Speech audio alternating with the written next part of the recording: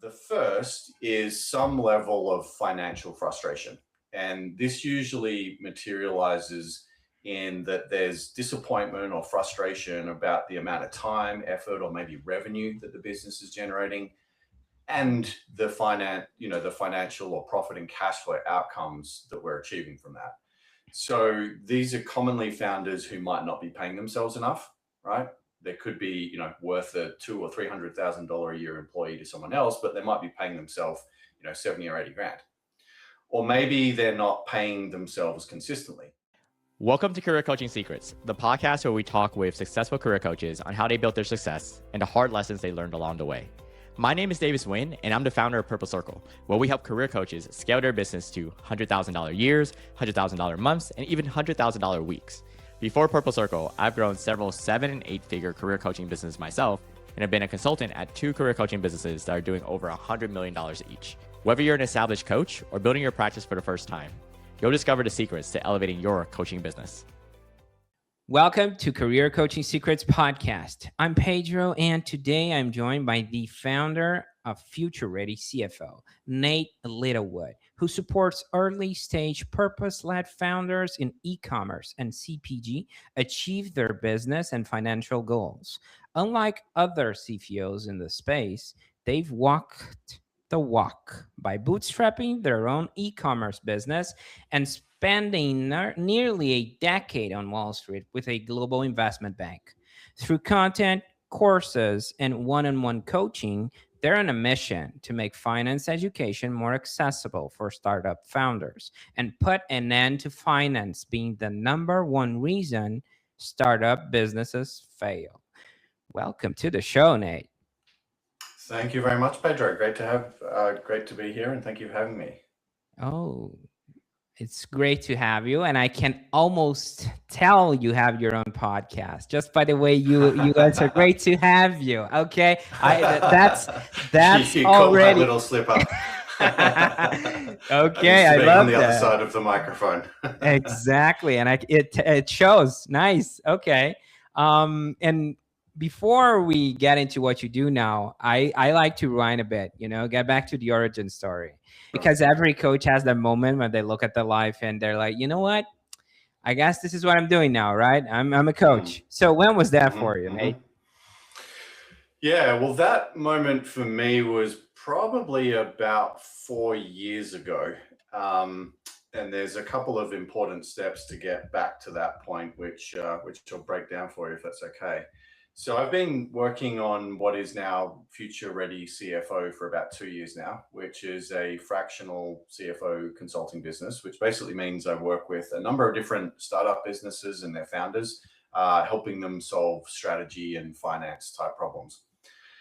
I truthfully never really saw myself as a coach or mentor for most of my life. And if you told a 20 or 30-year-old version of me that this is what I was going to end up doing, I'd be like, what the hell are you talking about? Are you mad? That's, never going to be what I do. But here I am. And I guess the stepping stone / real eye-opener for me was a couple of years that I spent before this working with a New York City-based accelerator program called Food Future Co. So we basically specialized in helping early stage founders get ready for their first round of institutional investment. And I initially walked into that, just as a volunteer gig. I'd had a few years experience under my belt by that point as a founder myself. And I thought, hey, this would be a good way to network, meet some interesting people, but quickly became the lead mentor for the entire program. And what was a real eye-opener for me is just how much I enjoyed working with and supporting other founders. It was like, this is actually really fun. I love, supporting people through difficult decisions. I have a bit of a knack for taking complicated, chaotic situations and distilling them down into simple frameworks and, clear next steps. And yeah, it was honestly, starting that role was frankly more out of self-interest. I thought, hey, this would be a good environment to network in and meet some cool people. But what it really did for me is open my eyes to the whole world of coaching and mentoring, which frankly I'd never really thought too much about up until that point in my life. Interesting. The networking, how naturally you got that leadership position, Now I'm curious because there's always a shift at some point, right? When you start from I'm helping people to I'm building a Mhm. real business around coaching, around this, So Mhm. when was that for you? When you saw that the potential for an actual business? Yeah. So I had a maybe a slightly unusual way into the CFO slash coaching place, and frankly, over the last couple of years, this has been a huge source of imposter syndrome to me. Mm. I am sitting here today as a fractional CFO, but candidly, I've never been a CFO to anyone before. Offering my services as a fractional CFO. So there's been many a time, especially in my first year or so of doing this, where I was like, who the heck are you to be, coaching other people on finance and number stuff? Like, you've never been a CFO before. Like, how are you qualified to do this? But looking a little bit further back into my career, there's, I guess, two important chapters that got me here. The most recent one was basically being the founder or co-founder and CEO of my own e-commerce startup. So I wore the CEO hat. I wore the CFO hat. I wore the operations hat.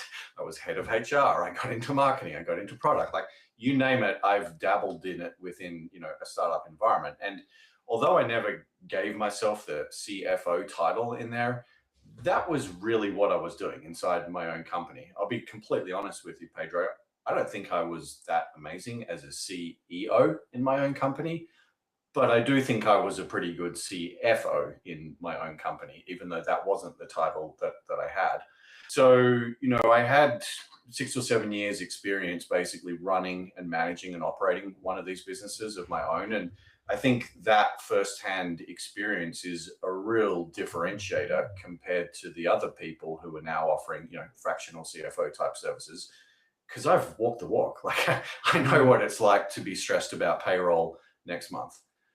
I've, had to run around at the last minute figuring out how to finance the next purchase order because we didn't have enough money in the bank for it. Like, all the cash flow and money dramas that my clients are going through, I have lived them firsthand. And so I know what it feels like. I know, how they get themselves into these situations, and I know where they normally look for solutions to get out of them. The other relevant chapter here is before getting into the world of startups, which for me, I guess, was about a decade ago now. I spent roughly the first 10 years or so of my career working on Wall Street at an investment bank. So I started in Australia, spent a couple of years in Canada, eventually got moved down to New York, which is where I am now.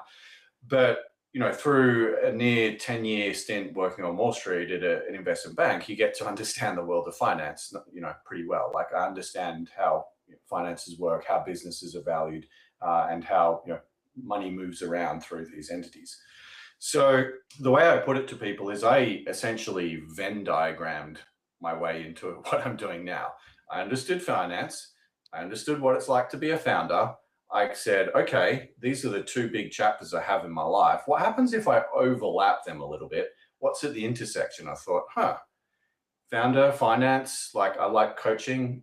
Maybe I should explore this fractional CFO thing. And, there'd been a couple of other fractional CFOs that had started popping up on my LinkedIn feed. And I was like, that's interesting. Let me follow this guy, learn more about what he does. I actually reached out to one or two of them, had a conversation. And that was actually how I got some of my first clients, right? He was already in business. He already had clients, but he had some clients which weren't a great fit for his company. And he said, hey, Nate, why don't you take care of this guy? It can, you can make a little bit of income from it. So that was, kind of how I got started with this. Interesting. I love the fact how open you are about being, having that imposter syndrome. I think that's a key asset. I always say this on the podcast: being vulnerable is a key asset for a true coach. And usually at this point, I try to understand if you have niched down, right? But which you did. Mm-hmm. So that's already dialed in. We know it's the e-commerce and the startups.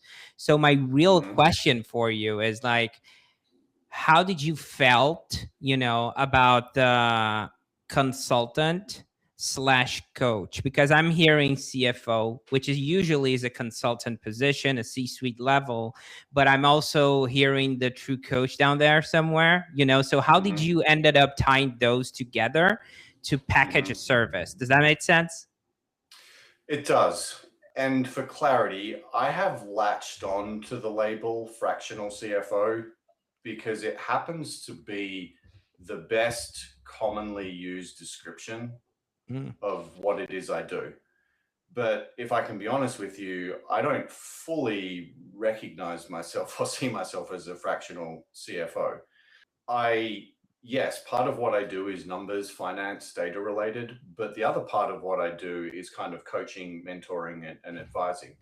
And I frankly, sometimes wonder whether I should rebrand myself as a co-founder on demand. The way that I use numbers is I kind of see the finances, the numbers and data as an extremely powerful tool to help orient ourselves. It's very useful for understanding where we have a problem in a business, where we have an opportunity in our business, and where the numbers are kind of pointing us in terms of strategy. But once you've figured out where you need to go, the next step is implementation and figuring out actually how to act upon this. And you mentioned my niche, which you're correct. It is e-commerce and CPG founders, but it's actually a lot more niche than that. I only work with businesses that are doing 7 figures of revenue, not 6, not 8, 7. And what most of my clients have in common is they're at this interesting stage in their evolution between post-product market fit. So they've got some traction, they've got usually 2 or 3 years worth of sales. This is more than just, an interesting idea. We're kind of at the point where, hey, okay, this has got some legs, but they haven't yet evolved into what we'll call like a real scalable business. So none of them have complete organizational charts, right? There's all, all of them have got key C-suite roles that are missing, which means that they're all figuring out like how to build these functions inside their business. Do we use an agency? Do we use another fractional? Do we do a part-time hire, full-time hire? What does the org chart need to look like in marketing or operations or whatever? The other thing that they all have in common is that they're all figuring out what their systems and processes and SOPs should look like. And so a big part of what I'm doing is essentially helping them go from post-product market fit and 2 or 3 million in revenue to a real scalable company that has got the systems and tools in place to actually scale successfully, scale profitably, and go on to be a successful business. Okay, interesting. Now, let's picture this. I'm one of those businesses, right? I'm at the 7-figure mark, and I am your ideal client profile. So how would I eventually find you, marketing-wise? Well, I think before you go looking for me, it's worth understanding that there's commonly 2 pain points or 2 types of pain points that you're probably experiencing. The first is some level of financial frustration. And this usually materializes in that there's disappointment or frustration about the amount of time, effort, or maybe revenue that the business is generating, and the financial or profit and cash flow outcomes that we're achieving from that. So these are commonly founders who might not be paying themselves enough, right? They could be, worth a $200,000 or $300,000 a year employee to someone else, but they might be paying themselves, 70 or 80 grand. Or maybe they're not paying themselves consistently because they're prioritizing other things from a cash flow perspective. Or maybe they're generating millions of dollars worth of revenue, but none of it is landing in the bank account at the end of each month. And they're like, WTF, man, like what's the point of all this if I'm not making any money from it? So that's category 1 or pain point 1. The other is, I guess I would describe it as decision overwhelm. And the way that people experience this is there's, 20 or 30 different priorities and shiny objects that they're thinking about. It might be launching on TikTok Shop, launching a new product line, hiring an operations manager. Like there's dozens of these different ideas that are usually floating around in a founder's head, but they don't know which they should actually do. And so what happens is that they try to do everything. And during the onboarding process, I commonly have to say to them, listen, when you tell me you've got 20 or 30 priorities, what I hear is you've actually got none. And if you have zero priorities, then you're not really making meaningful progress on any of these things. So I have a number of frameworks that I use to help founders get from a list of 20 or 30 down to 2 or 3. And these 2 or 3 are going to be the highest impact growth and profit levers that we can possibly identify. And I'll then work with them to basically build out a custom action plan to make progress on these, 2 or 3 priorities. And all this is kind of done under, within a bigger picture goal or vision to realize whatever their financial priorities may be. For some of my clients is that they want to have an 8-figure exit. For others, they just want to be able to support their kids and the family with a steady, stable income. Others just want to have a lifestyle business and they, don't really need the money and they're doing it for, other motivations. So everyone's a little bit different in terms of the financial priorities that they have. And what we're doing here is trying to take small incremental steps bit by bit in a strategic and controlled fashion to get us from wherever we start, which is, some aspect of the financial outcomes is not really working for you, to over here, which is, we're starting to get some real traction, we're nailing it, and we're getting the outcomes that we want. Okay, I'm gonna jump on that onboarding boat. The onboarding process you mentioned, and you also kind of mentioned a custom action plan based on priorities, right? Which I think it's very interesting. Now, picture this: I'm the client, right? I'm just being onboarded, so I want to understand what does that experience would look like for me now. The structure of working under your business. Yeah. So the onboarding phase for the CFO services usually takes about 3 months. And there's 3 main priorities or 3 main frameworks that we're going to go through. The first is what I call ROI, or return on investment, a fairly, fancy number. But return on investment basically tells us what are we getting back relative to the investment that we made. So if we invest, $1, we get $2 back. That's 100% ROI. Okay. So in a business context, what I'm doing is looking at each of these different priorities and ideas, trying to quantify what each of them could mean in terms of the profitability of the business, and then comparing that to the cost of achieving that outcome.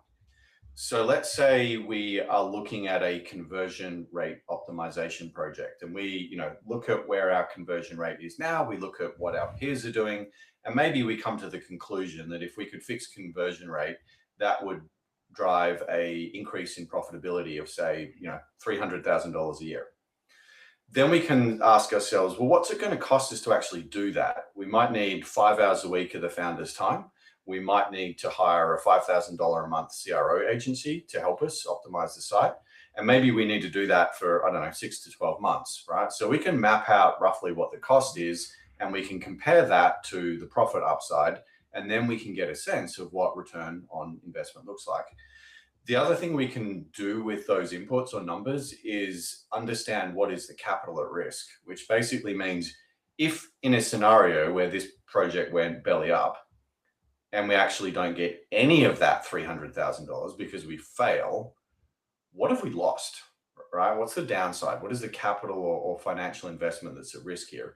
And in this case, it would be, agency costs times, 6 to 12 months plus 5 hours a week time, whatever that math is.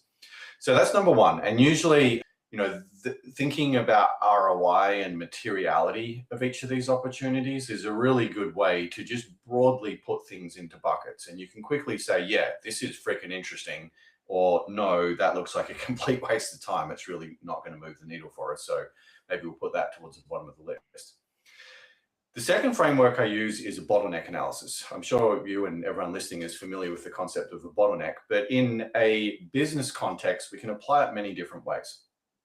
So we could apply it in an e-commerce context, thinking about traffic running through a website. You start with website visitors, a certain percentage of them convert into customers. When they become customers, they have an average order value. If they come back as customers again, then they have a repeat purchase rate. And so all of this kind of determines the flow of profit that's generated through a website. And in any flow, a highway, your morning routine, and the flow of traffic through a website, like everything has got a bottleneck, right? It's a tight, constriction point, which is determining how much you can get through the system. So, I try to identify where these bottlenecks are in the business, because by definition, the highest bang for your buck that you can get in any business is removing that bottleneck. So if we can double the conversion rate, we double the number of customers that we generate. One of my customers is actually experiencing an operations bottleneck at the moment. We have increased ad spend, which has grown revenue so much, so quickly. They're growing at like 100% year on year right now. But we've grown so quickly that they've basically run out of capacity to ship orders. They physically do not have enough hands in their own warehouse to pack boxes. And so we've had to throttle back the ad spend so that they can keep up with packing boxes. And we're now figuring out, okay, how are we going to remove this operations bottleneck? So that's the framework 2. The third framework is really about skills alignment. So I have this model that I borrowed from a guy named Sahil Bloom. He calls it the zone of genius framework, I think, if anyone wants to Google it. But it's basically 2 axes which look at how skilled or competent you are at a certain activity and what level of energy does it give you. So you can imagine like an XY graph, there's kind of 4 quadrants here. In the top right is where we have the zone of genius. And these are tasks that we're very, very good at, and they give us a lot of energy. So there's obviously 4 other quadrants here, but what I am looking for is tasks and inputs that the founders are genuinely, really, really good at. It's important to realize here that my clients are generally businesses with like 2 to 10 people. We do not have Amazon.com talent pool sitting in the back office. We do not have experts at absolutely everything floating around here. We have a very, very small team. And by definition, a very, very small set of competencies and skills, things that we're really, really good at. And part of my job as the coach here is to put the right balls in front of the founders that they can actually kick into the goals. It doesn't serve anyone if I put a 30-pound bowling ball in front of you and tell you to kick it 200 yards. In other words, if you're a numbers guy, an operations guy, and I tell you to launch a project that optimizes, ad creative for Facebook, you're just going to break your toe on that. You're going to fall flat. You're going to suck at it. So we need to be very, very careful to find the right projects for the right founder and the right team. So we've got ROI, which is kind of hardcore finance numbers crunching.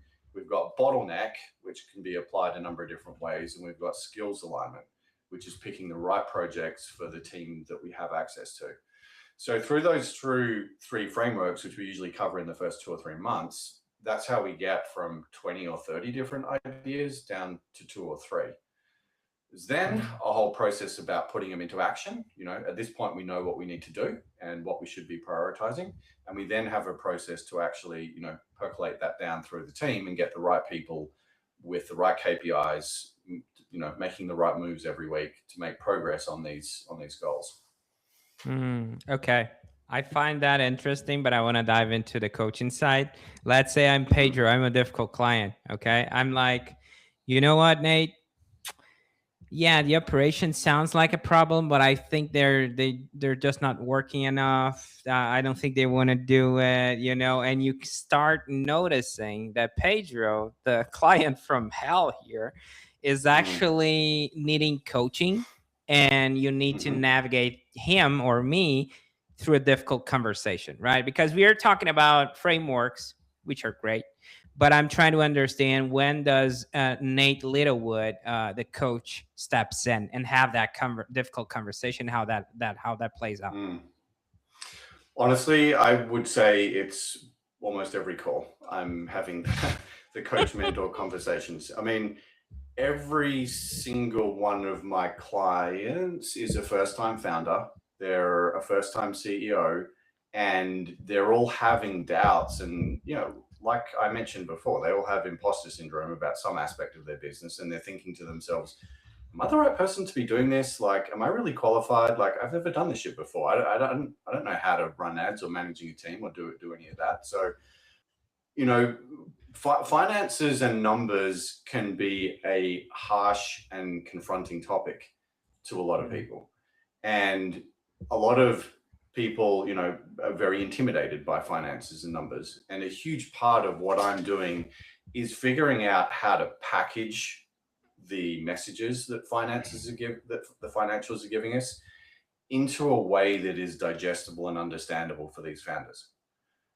I'm trying to show them how we can take this financial information to actually make their life easier, how to relieve stress, how to give them more focus and clarity.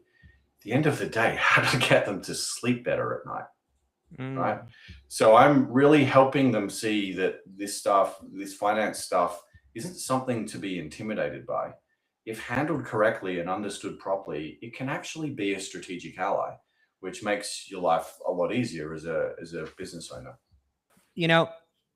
Nate, that's a very interesting framework you presented me. And also the fact that you have the coaching piece happening every day, right? When you connect with your clients. So one thing that I'm very curious about, and I think you could serve our audience, is, you mentioned imposter syndrome twice.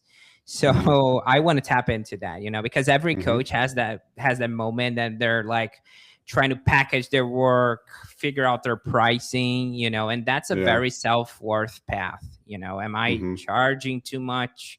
Am I charging enough? So what I want to understand is, how do you think about today, about the pricing aspect? And were there any lessons along the way that shaped how you landed where you are right now? Yeah, interesting question. I guess there are 2 or 3 important steps that I've been through here in phases. So the first thing I did was understand what other fractional CFOs are pricing so that I knew kind of where the market was at. And I looked around, spoke to a few others, and understood that, most of my peers are charging, $3,000 up to maybe $8,000 a month. So I was like, okay, interesting. The next thing I had to do is look at my ICP, which is a little bit on the earlier side, and usually, businesses without as much capital and profit. And so I had to think about, maybe I need to figure out ways to adjust this down a bit to make myself a bit more affordable. And, one of my first priorities is just, figuring out how to get an offer that my clients could afford. Shortly after that, there was a phase where I was like, you know what, price doesn't freaking matter right now. Profit and numbers aren't my priority. I just need to get in the reps. And I was, on a lot of jobs in the first year or so, I was bidding extremely aggressively just because I knew I needed the practice. Like, I didn't have, a history. I didn't have a client portfolio I could talk to. I was like, I basically just need to pay for experience here so that I can understand how to actually do this. And I did some, extremely low priced deals, like sub $2,000 a month, while I was getting things ramped up. What I've done more recently, as my business has got closer to capacity and I've been able to be a bit more selective, is I've introduced an audit offer that comes between, new prospect and lead, and me actually talking about, my retainer services. The audit offer I position as, this is like taking your business to the doctor for a financial health checkup. I'm going to check your blood pressure, your cholesterol level, all your vital signs, and I'm going to come back in a week and tell you what's up with your business, and we'll go through it together. So I now have this template. I plug their financials in, and I put together about a 20-page report that's looking at their profitability, some of their, website efficiency metrics, the balance sheet, cash flow, and so forth. Now, this is really good for frankly, I think it's a great deal for the client, because they get 20 years worth of experience looking at their business. And what I deliver to them at the end of the presentation is, 3 to 5 priority actions that they could take. I mean, the doctor's probably going to tell you to, eat less junk food and, do some more steps or workout. What I tell you to do is, okay, you need to focus on this margin, that ratio, and this number here. And basically the last slide in this deck is basically a profit waterfall that shows where are we at today in terms of the profit that you're generating. What is the impact of my top 3 to 5 ideas to increase the profitability or cash flow of this business, and where could that get to? So the client walks away from this with a pretty good steer on what is possible for their business and a few prompts about where they could go. And they're entitled to walk away with that and never talk to me again. What it does for me though is it gives me a really good opportunity to find problems for my client and position the value that I can deliver. Right. I did one of these a couple of weeks ago and I found like $500,000 or $600,000 worth of value and opportunities for this client. I was like, okay, like if you hire me for a few grand a month, like this is the opportunity that I'm going to be going after. So back to my ROI analogy, it's like, okay, my retainer service here in the context of this $600,000 a year that I'm going to try to help you achieve is pretty freaking high. Like there's not many other things in your business that are going to give you this type of ROI. So that's where I've gotten to now. I don't know if it's perfect. I suspect you have far more thoughts on this topic than I do. If you've got any feedback and comments on that, I'd love to hear them. Well, that's a wild topic. I've talked with coaches here in the show that told me hey, don't look at anyone's fees. And I had people that were like, hey, I looked at the market's fees and I doubled it just out of confidence. And I had people just like you, they're in the middle term, they're in the middle of it. It's like, I looked at it, I had some idea where I should be charging, but that was just a benchmark. So I don't think there's a right or wrong answer at the end of the day. It's how you feel more comfortable with, and I would emphasize the fact that you needed the reps, right? I think that's crucial because I'm also a coach, right? So whenever I'm in a coaching session, or I'm going to bring back my first client, I've learned so much. I had this entire plan that I was going to do, and he kind of destroyed it with a low self-esteem answer, and I was like, oh, and then we're going to do X and Z and Y. And he's like, man, I'm just not interested. I'm like, oh my God, here we go.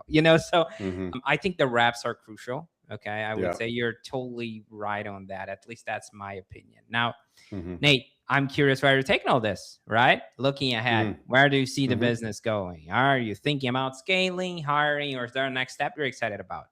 Well, this is going to be an embarrassing question. You're asking the guy who helps other companies and founders with their financial planning what his own plan is for the future.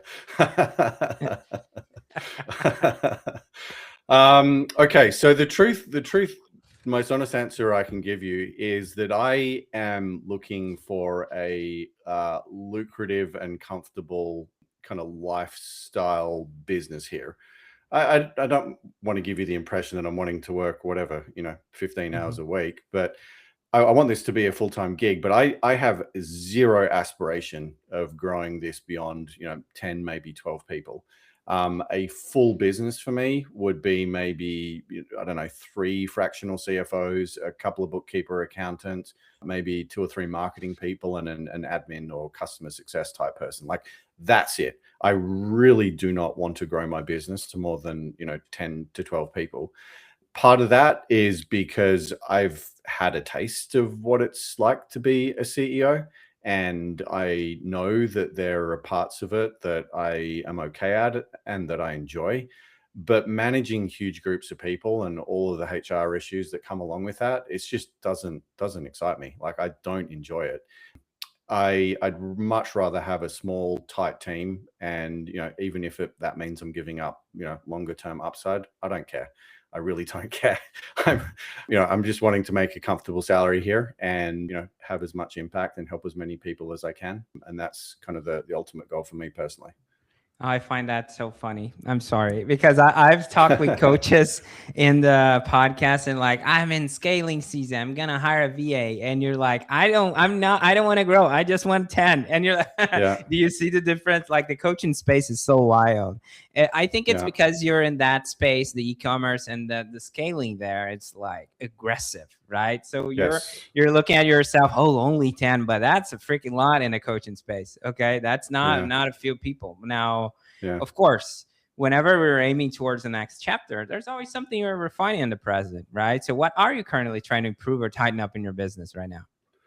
So the main things I'm working on right now are expanding my product offering. So I've recently hired a bookkeeper so that I can offer accounting services.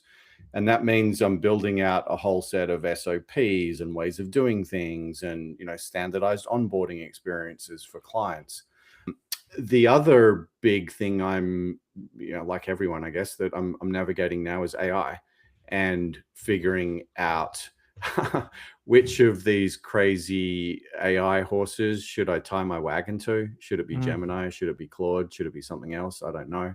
And figuring out what is the right balance between AI, automation, and humans. I mean, a few months ago, I actually started through a headhunter, started a search process for a financial analyst to build, maintain, and roll over financial models for me.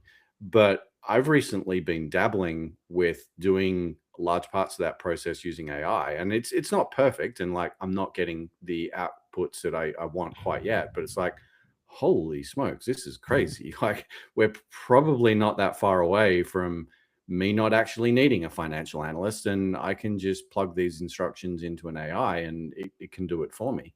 And what does my business look like if I can have $100 a month Claude subscription rather than paying thousands of dollars a month for a junior financial analyst? So I suspect, like a lot of people, figuring out how to incorporate AI into the business. Yeah, I could talk a lot more about that, but they're the big two, adding new products and services and figuring out AI. Interesting, especially with the AI, right? It's such a hot topic. Now, if someone listening wants to connect with you or follow your work, Nate, where can people find you and connect with you? Absolutely. So the best place is LinkedIn. I am fairly active there, posting pretty much every day. My name again is Nate Littlewood. I should be pretty easy to find. The other place is, of course, the website, which is futurereadycfo.com, all one word. There you can find customer testimonials. There's a whole lot of freebies, downloads. And of course, if you want to learn more about the different services I offer, there's information there as well. Based on the chat we had today, some things really stood out to me. I would say, first of all, that vulnerability at the start, the imposter syndrome, being a CFO, and figuring it out. And should I even carry that title? And the positioning, how you did it. It's like, at the end of the day, I understand the targeting, and it makes sense to be as a CFO, which makes sense, but also your background. But I love the fact that there's always some piece of coaching that is out there. You're not a consultant. I can tell. I mean, as much as you can be a consultant, you have all the background. There's also the coach out there, and I would say, the framework, the ROI, the bottleneck and skills alignment, that's totally consultant. And when I asked you, how do you solve that? And you're like, oh, every day I have to deal with the coaching dilemma, the coaching help to sell them the vision so they can understand what's the true intention behind it. And last but not least, I would say your ICP or ideal client profile, not having the organizational chart ties up perfectly with who you are or you were in the past. It sounds like you're serving yourself. You were the guy that was wearing all the hats. You were the guy that had skin in the game, that was running everything by himself. And now you're like, you know what? Been there, done that. I can help these people, So this is my long way of saying, Nate, I appreciate what you do, and I appreciate you being here and sharing so openly today. It was great having you on. It's been great being here. Thank you so much for hosting. That's it for this episode of Career Coaching Secrets. If you enjoyed this conversation, you can subscribe on YouTube, Spotify, Apple Podcasts, or wherever you're listening to this episode to catch future episodes. This podcast was brought to you by Purple Circle, where we help career coaches scale their business to $100,000 years, $100,000 months, or even $100,000 weeks, all without burning out and making sure that you're making the impact and having the life that you want. To learn more about our community and how we can help you, visit joinpurplecircle.com.